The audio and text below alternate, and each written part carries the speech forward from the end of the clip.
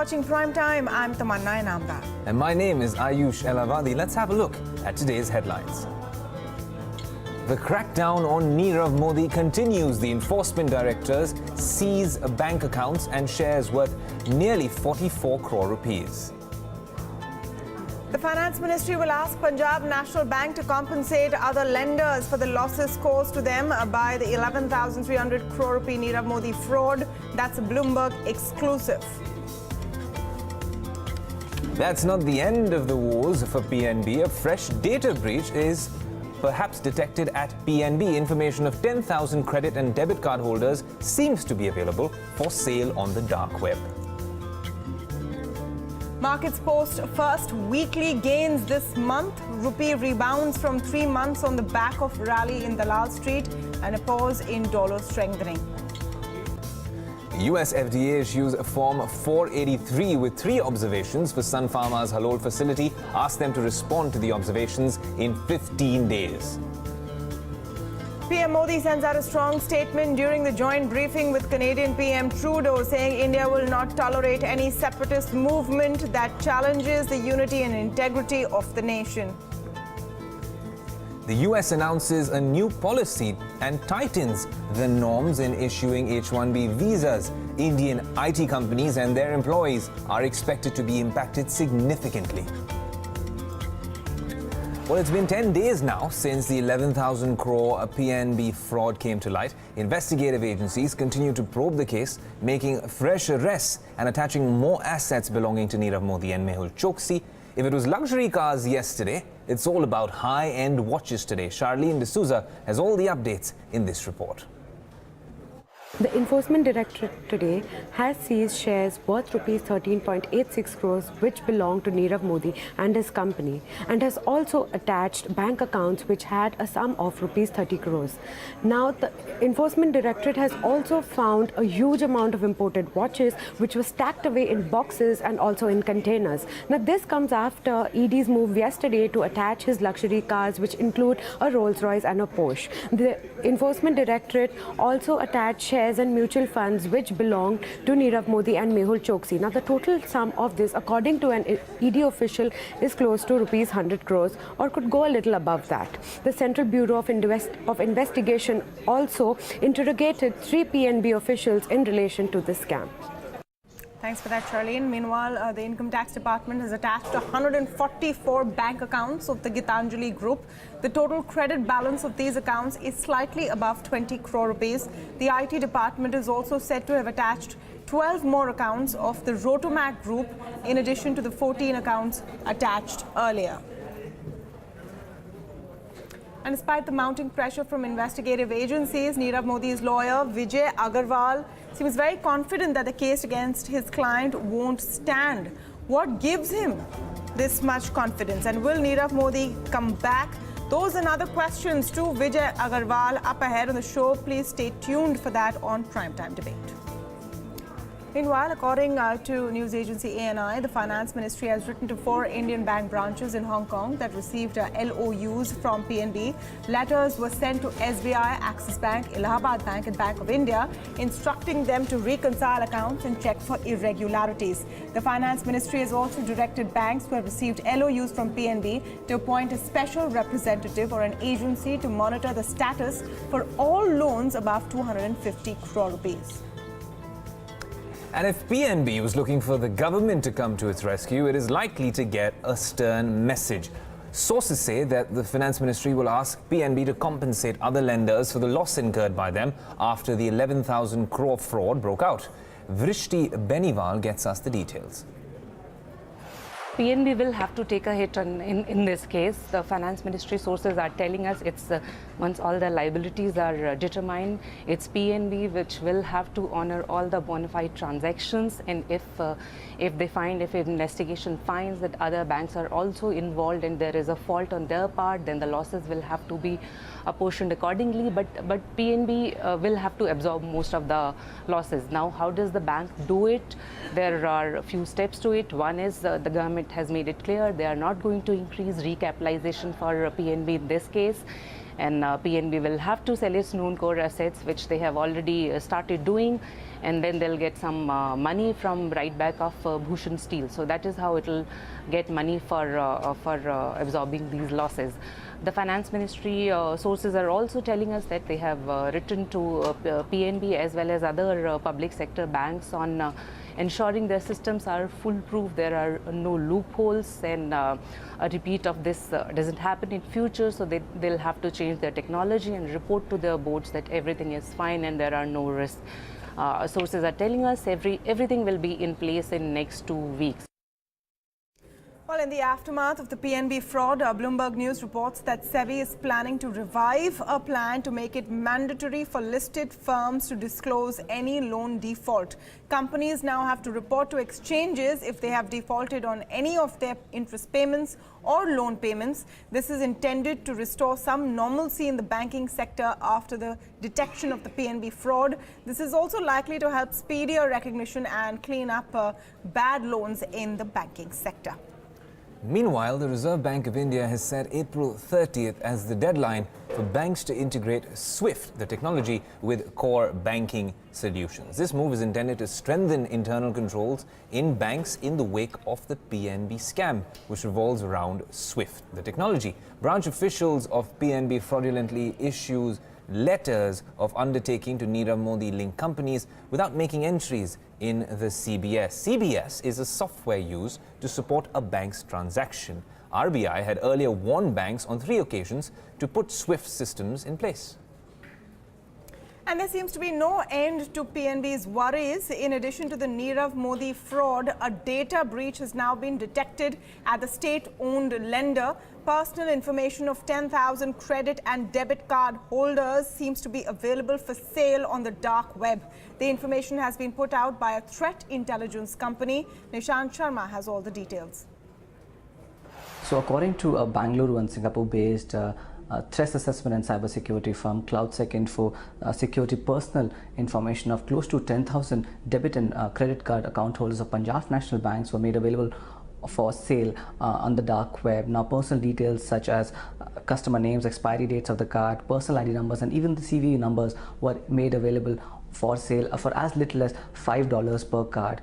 Now, I spoke to Rahul Shashi, the Chief Technological Officer at the cybersecurity firm. He told me that the data has been made available from the last 3 months. As when they tracked the data, the first entry was made somewhere in the month of November, and the last entry or an update on the data was made available was done on January 28th. Now, there could be multiple reasons for this kind of for leak, and especially from one single bank. And a thorough investigation needs to be deployed to figure out the exact source of the leak. Meanwhile, it couldn't be certain at this point of time whether this leak has led to any kind of misuse of the data or has led to any kind of fraudulent transaction.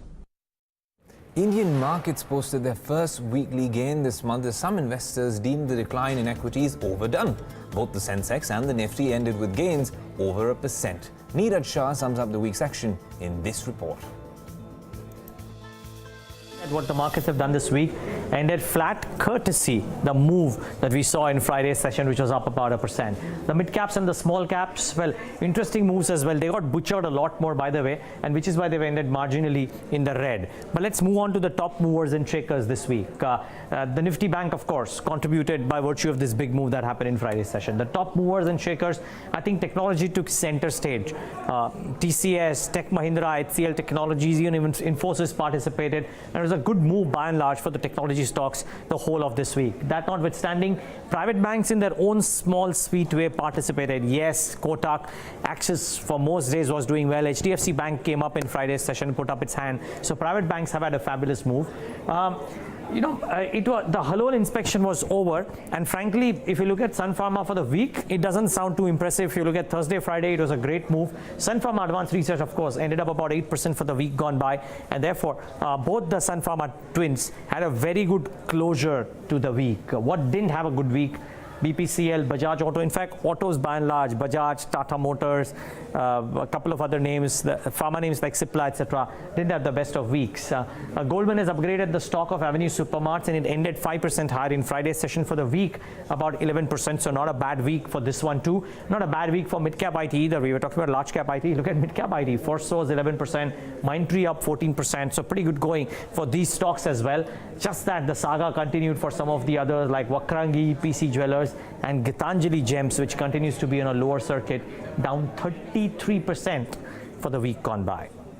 From Dalal Street to Mint Street, the Indian rupee rebounded from 3-month lows and ended at 64.73 against the US dollar. A rally in Dalal Street and a pause in dollar strengthening aided the rupee. Sanpharma gets a Form 483 with 3 observations after its inspection of the Halol facility in Gujarat. Bloomberg Quint's Darshan Mehta tells us how it will affect the company and why the Halol plant is so significant for the company.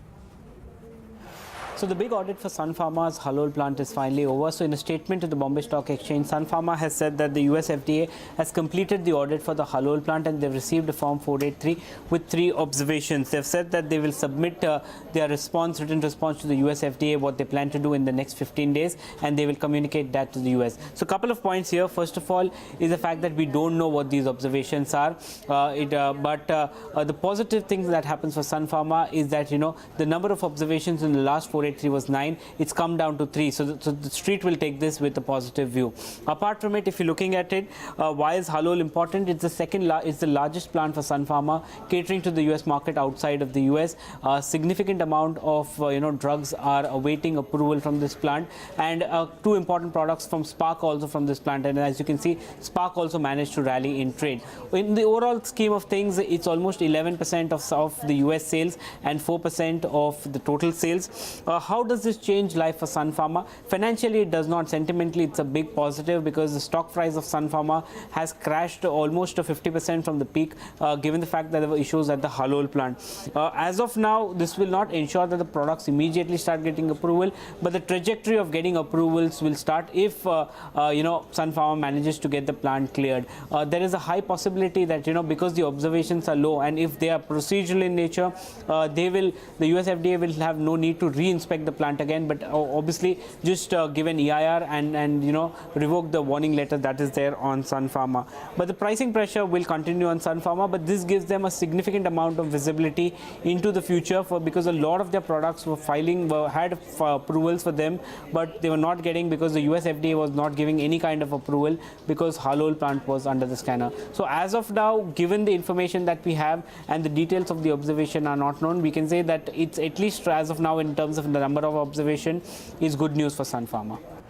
And ArcelorMittal is only interested in SR Steel, said the group's chairman and CEO Lakshmi Mittal, who met the finance minister today. The metal giant, which was keen on setting up a presence in India, has emerged as one of the 2 bidders for SR Steel's assets. We have put in a very important and well-planned bid for SR Steel, and we think that we can create value in this company with our experience on a global basis. And look, I have another investment in HMEL in Batinda in Punjab, and we have got very good experience. This is one of the best public-private partnership. And with this experience, we think that India is very important. We could be very successful here, and it is a great place to invest. जो हमने सुना है उसके हिसाब से कोई भी bid reject नहीं हुई है. रिजोल्यूशन प्रोफेशनल्स आर स्टिल, वो लोग अभी भी स्टडी कर रहे हैं और हमें उनके डिसीजन का इंतजार करना चाहिए. We have put in our interest only in SR Steel. We thought that SR Steel is a better fit for ArcelorMittal given our expertise. Well, in other news, the Supreme Court has ordered the setting up of a 3-member committee to look into the governing practices of multinational accounting firms such as PwC. In response to a plea filed by the Centre for Public Interest Litigation, the Apex Court also ordered the completion of a probe on PwC within 3 months. Arpan Chaturvedi sums up the judgment and its impact on such accounting firms. Well, what the Supreme Court judgment in this case says that a three-member committee must be set up, which will look into the fact that whether the relevant statutory provisions which govern the profession, which is the CA Act, whether that those provisions that govern the multinational accounting firm or MAFs needs to be revisited, and what all are the changes that has to be brought into it. Apart from that, the committee will also look into the conflict of interest issue as far as the accounting and the auditing part of services are concerned. Apart from that, of course, the committee has been asked, or the government has been asked that the committee must be set up within 2 months, and that committee, after doing all the consultations, should submit its report in the next 3 months after it has been constituted. This order came from a bench of headed by Justice A.K. Goyal, and the petition was filed by the Centre for Public Interest Litigation. Meanwhile, there's a new pecking order in the Indian telecom market. Reliance Jio, the youngest entrant in the sector, is now the country's third largest telecom player. Jio's market share increased to 19.7% in the third quarter of FY18. That's higher than Idea Cellular's share of 17.33%. It's important to note here that Jio has achieved this in just about 16 months of operation. Bharti Airtel still leads the market with a 27% market share, while Vodafone occupies the number 2 spot with a market share of 20.65%. However, Jio is just 90 basis points away from Vodafone's spot. Well, interesting finishing grid out there, but it's an all-out war between Reliance Jio and industry body COAI. Jio has hit out at COAI's allegations that TRAI's regulations are favouring Reliance Jio. In a letter to COAI, Jio has demanded an apology from them within 48 hours for the accusations they have made. It also said that COAI's comments warrant criminal and civil actions for defamation. Jio has also accused COAI of being the mouthpiece of Bharti Airtel, Vodafone and Idea. Prime Minister Nirav Modi and Canada's Prime Minister Justin Trudeau held talks on countering terrorism and boosting trade ties today. The two leaders inked 6 pacts, including one on energy cooperation. Addressing the media, Prime Minister Modi said it is important for India and Canada to fight terrorism together. Modi also made it clear that India will not tolerate those who challenge its sovereignty and unity. Modi's comments come amidst criticism of Trudeau's government's soft approach towards the Khalistan movement. आतंकवाद और उग्रवाद भारत और Canada जैसे लोकतांत्रिक बहुलवादी समाजों के लिए खतरा है। इन ताकतों का मुकाबला करने के लिए हमारा साथ आना महत्वपूर्ण है। संप्रदाय का राजनीतिक उद्देश्य के लिए दुरुपयोग करने वालों और बंटवारे की खाई खोदने वालों के लिए कोई जगह नहीं होनी चाहिए। हमारे देशों की संप्रभुता, एकता और अखंडता को चुनौती देने वालों को भी बर्दाश्त नहीं किया जा सकता। आतंकवाद और उग्रवाद के विरुद्ध लड़ने के लिए प्रधानमंत्री ट्रूडो और मैं सहमत हुए हैं। कनाडा एनर्जी सुपर पावर है और हमारी बढ़ती ऊर्जा जरूरतों को पूरा कर सकता है। आज हमने अपने एनर्जी डायलॉग का विस्तार करने और हमारी ऊर्जा साझेदारी के भविष्य की रूपरेखा तैयार करने का निर्णय किया है। हमारे एटॉमिक एनर्जी सहयोग की दृढ़ता यूरेनियम की निर्बाध आपूर्ति से दिखती है। आज हम अपने सहयोग में nuclear science, technology and innovation जोड़ रहे हैं। So is it all's well that ends well as far as Trudeau's India trip is concerned and this entire visit? To talk more on this, I'm joined now by Rajiv Bhatia, Distinguished Fellow at Gateway House. Thank you so much for speaking with us, Mr. Bhatia.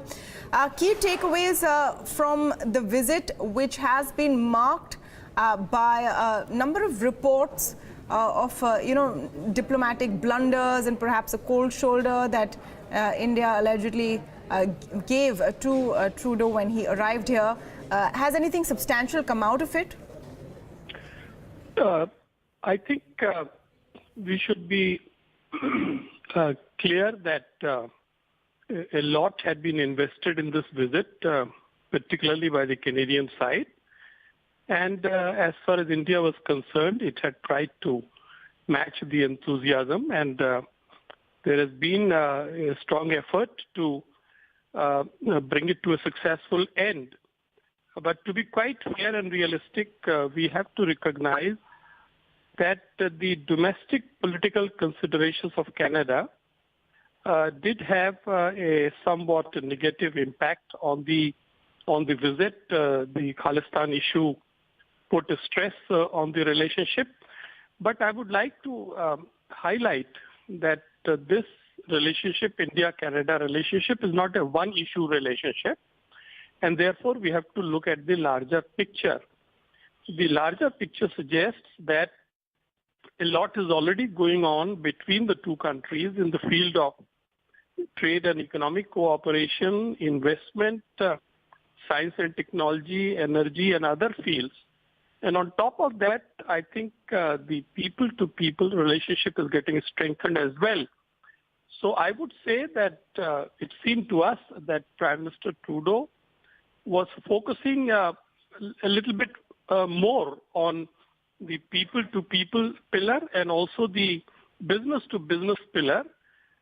And with regard to the government-to-government relationship, it seems the perception is that already a great deal of conversations have taken place earlier, and that now this red line which has been laid down by India very aptly and with full emphasis, that I think is a critical takeaway for the Canadian delegation as they would head home tomorrow after the end of the visit. Right, Mr. Bhatia, it's interesting you brought up those points because for the past week we've been seeing how, the narrative has been that, Justin Trudeau's visit has gone from bad to worse, and these are things which are being judged more from a PR standpoint. But when it comes to hard talk, and especially the last 2 days of his visit, which was substantial in terms of, the cooperation between the countries and also talk about investments and trade, you do think that, if we were supposed to, judge it on a report card, it was a successful visit largely? I would respectfully disagree. I think our assessment is that it is a reasonably successful visit. It could have been even more so if perhaps the program had been designed a bit differently.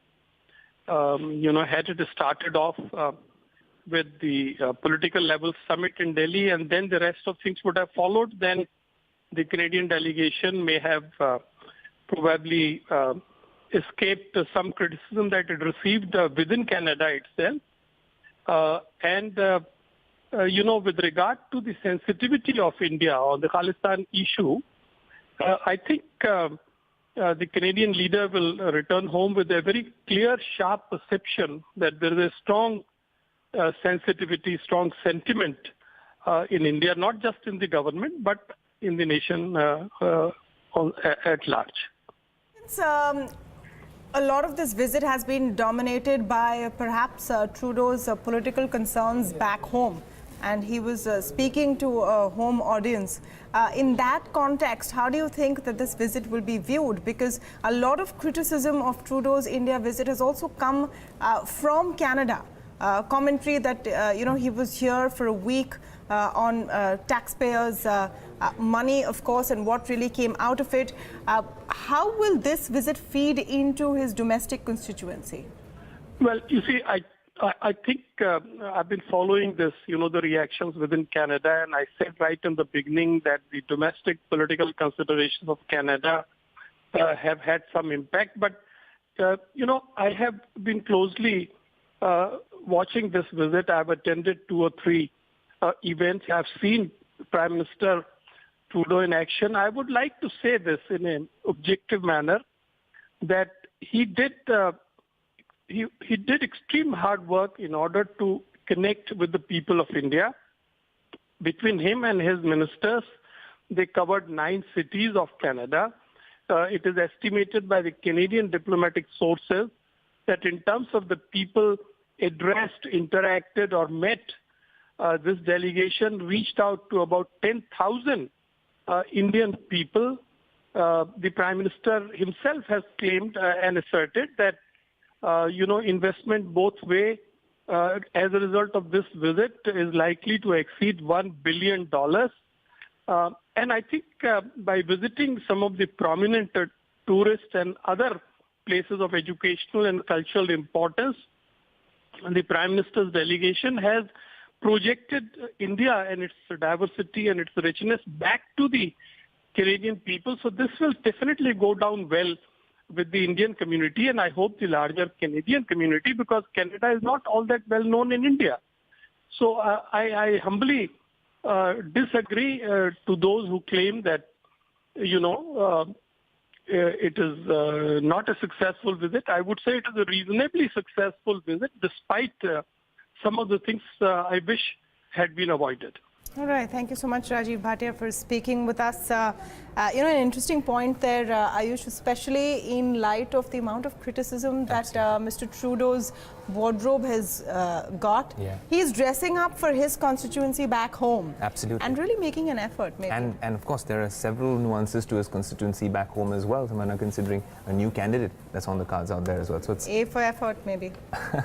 All right. Staying with international news, Maldives today warned India against interfering in its internal affairs. The Foreign Ministry of Maldives has said that India should refrain from taking any action that could hinder the resolution of the political crisis in the country. This comes after India's Foreign Ministry expressed dismay over the extension of the state of emergency in Maldives. The Indian Foreign Ministry said that the manner in which the extension of the state of emergency was approved in contravention of the Constitution of Maldives is a matter of concern. Responding to that, the External Ministry of Maldives said India calling the extension of the state of emergency unconstitutional is a clear distortion of facts.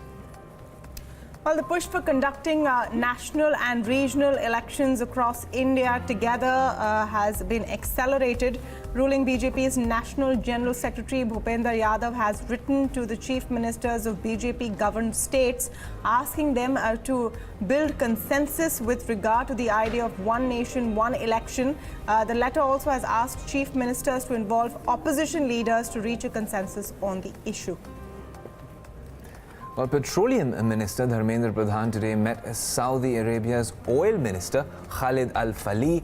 During the meeting, Pradhan put forward India's expectation of a reasonable pricing on crude oil. Saudi Arab is the #1 crude oil supplier to our market. 25% of LPG we import from Saudi Arab, from the Aramco.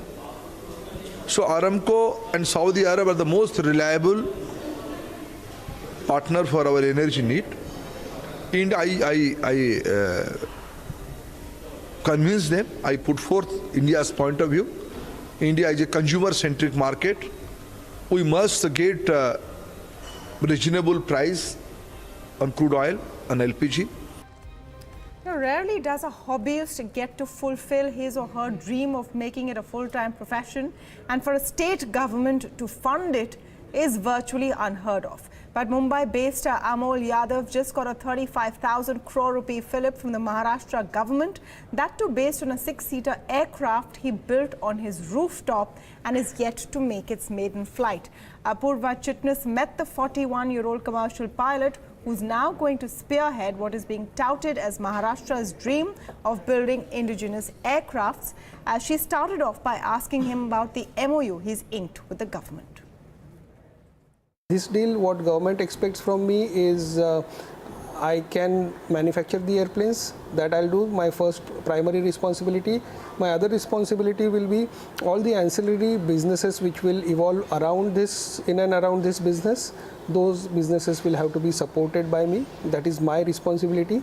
On part of government will be providing us the land to start these activities. They will also provide the basic infrastructure like electricity, water, road connectivity. Along with this, to start this business, we need some funds, and government will help us to start, initiate the initial requirement of funds. Government will help us in that. So where is this land provided to you? And if you could give us the timeline, have you already received that land, or what is the timeline that you can expect? The timeline to give me the land has not been mentioned. but the commencement of project will be in 2018. This is what is mentioned in the MOU. The land has been identified long back. It's been almost 2 years that land has been identified, and the process of handing over the land is going on. It's been quite some time. Now after this MOU, I expect that these things will happen faster. The land has been identified. It's 157 acres of land in Palghar district. So you have kind of built a six-seater plane in the six-seater plane in the past. Did you test that plane? Yes. Okay, the testing is complete. The test of the airplane is all successful. Now we have to officially test fly the airplane, which will happen soon. When will it happen? The inspection of the airplane has been conducted by DGCA. They have suggested some small additions into the additional fuel line, additional pitot line and stuff like that. We have imported all the material required. It has reached Bombay, hasn't reached me yet. So as soon as it comes, we will install it on the airplane, and hopefully it will be ready to fly by the end of this month or maybe in the next month. Do you also plan on building commercial airplanes in the future? See, my dream is to achieve the regional connectivity, and whatever is required to do to achieve the regional connectivity will have to be done. So what I can do towards that is manufacture the airplanes. So we have already started working towards that. We have demonstrated our capability by making the single engine airplane. Now we are already started making 19-seater airplane, for which we have already tied up with Pratt & Whitney Canada. They have already completed the engine work. The engines are ready. It is just about to come, and 19-seater airplane will also be ready in next 4 to 6 months. In what will come as not the best news for Indian IT companies, the Trump administration has announced a new policy that makes the procedure of issuing H-1B visas very tough for those to be employed at one or more third-party work sites. Under the new policy, a company would have to go an extra mile to prove that its H-1B employee at a third-party worksite has specific and non-qualifying speculative assignments in specialty occupation. The move that was announced yesterday is likely to hugely impact Indian IT companies and their employees. Now here's something that should be interesting for all Netflix viewers out there. The streaming giant has announced 3 new Indian original series in addition to Sacred Games. The 3 new originals are titled Leela, Ghoul and Crocodile. And Netflix has also said that it will continue to invest in original content in India. Okay, staying with these interesting apps like Netflix, you hail your rides with a mobile application and order food with one as well. You probably also read your books on one, but irrespective, if you've lived in Mumbai, you've probably heard of the iconic Strand bookstore. It's perhaps one of the most iconic stores for books in the city and maybe even in the country. Alex and I were there earlier today, like many other people who are going there for the last time ever. A week from now, it'll shut shop. Ayush, I've heard of the term curated candy store. That's what I feel like right now. That's what I feel like out here as well. But what's bizarre is why you're holding on to a Welsh dictionary. Because I found that it was so out of place. This is a dictionary that translates Welsh into English. I was trying to be a little more intellectual, but the good thing about both these books is that they're on sale. And they're on sale at not just any other bookstore, at Strand Bookstore. Why are they on sale, Alex? Well, it's a 70-year-old bookstore thereabouts, and it's close to shutting down, Ayush. About a week from now, it'll close. Very, very, very sad news. But we all have memories here, and of course, there's a lot of great people who've also, well, shared some sort of memories over Well, here. apparently, Prime Minister Jawaharlal Nehru, way back in the 1950s, you had Manmohan Singh, you had President APJ Abdul Kalam as well. And all sorts of authors and celebrities. But why did they come here in this quaint, small little bookstore here in South Mumbai? And most importantly, how does the owner feel about shutting this place down? We had a word with her, and this is what she had to say. This is perhaps, well, the last few days, and it must be a very emotional moment for you. I mean, it is an emotional moment, but the thing is, I have gone through hoops of fire in the last few years. Yeah. So when you've done that and you've tried everything, then you're able to actually justify some of your actions, and not, therefore, you have overcome some of this emotional thing. Yeah. Exactly. You've overcome it. I've overcome my emotional trauma. While saying that, I've been tearful yesterday and the day before. But those are the only 2 days I've really been a bit tearful. I'll probably get more tearful in the next coming days. But the point is, I am ready to let go. Because this has been very, very heavy on my back. Ayush, clearly it wasn't an easy decision to make. It can't be. Something so iconic, something that's so special, it cannot be, well, that easy. I'm actually trying to learn at least one Welsh word before I go, and that's wahanol. What does that mean? Different. Well, that's exactly what we'll be trying to do on this week's, well, weekend show that Alex and I do. And that's what you got to stay tuned to Bloomberg Win for, because there's going to be that conversation and a lot more on this Guajanol weekend show. All right, now in news just coming in, RBI has introduced an ombudsman scheme for non-banking financial companies. The ombudsman scheme will provide cost-free and expeditious complaint redressal mechanisms relating to deficiency in the services by NBFCs. The scheme will also cover all deposit-taking NBFCs to begin with. And in more news from the banking space, SEBI has asked HDFC Bank to strengthen systems to prevent information leakage. SEBI says its probe couldn't ascertain source of leakage. SEBI had probed a leakage of the company's financials on WhatsApp.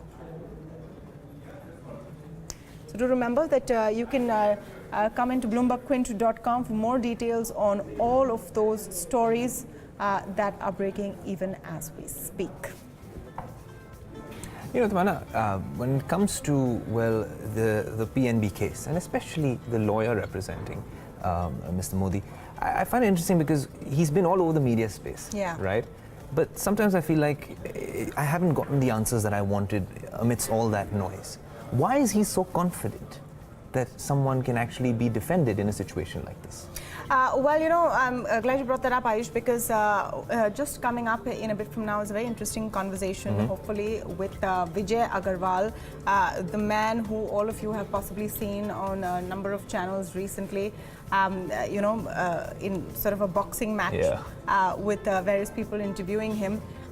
Saying that his client can do no wrong. I'm also very curious to know what gives him that confidence and what is the defense that Nirav Modi potentially plans. So that interview is going to come up in just a bit from now. So we'll come to that story. But meanwhile, just to come back on the news breaking at this point, and Sajid Mangat is joining us on the phone line. Sajid, basically SEBI has asked HDFC Bank to strengthen its systems to prevent information leakage. Is there more information you can share with us on this? That's right. You know, this is part of the ongoing WhatsApp leak investigation which SEBI is doing, and they are looking at the leak of earnings number for nearly a dozen companies.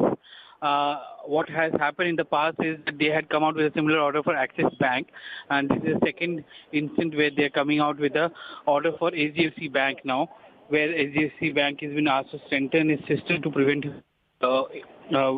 information leakage, and they also are asking them to ascertain who the source of the leakage are. SEBI hasn't been able to find exactly how the information is getting leaked there. In the case of Axis Bank, we saw that the numbers were quite close to the numbers that were leaked, and in the case of HDFC Bank, it was a similar thing. And so SEBI is a little worried about this thing because it comes under the insider trading thing, and it was going around in the market for some time. So it's basically with respect to that SEBI has asked them to come out with a full framework of strengthening the internal system. The question really is that would HDFC Bank have the wherewithal to investigate this? Because it is one of those things which really one would not be sure about where it started from. These WhatsApp messages have been doing the rounds and, you know, possibly leading to this breach. How exactly will HDFC Bank take this forward? The way to look at it is that you need to reduce the circle of people who will have access to insider information, especially information pertaining to earnings which is material in nature. Currently, it is available to a large pool. That's what SEBI is fearing that, and so it is very difficult to put, you know, ascertain who exactly is leaking it. So what SEBI is basically saying is that it should be limited to a particular small pool of people till the numbers are made public to the stock exchange, till the board approves that they do it. All right. I will keep an eye on that story. Thank you so much for those details, Sanjeet Mangat there from Bloomberg Quint with the latest details on SEBI's attempts to stop these WhatsApp leaks. This time the notice has gone to HDFC Bank. That's all the time we have on Prime Time. But up next on Prime Time Debate, I speak with Nirav Modi's lawyer, Vijay Agarwal, and I'm going to try and find out what is making him so confident that the case against Nirav Modi will fall flat in a court of law.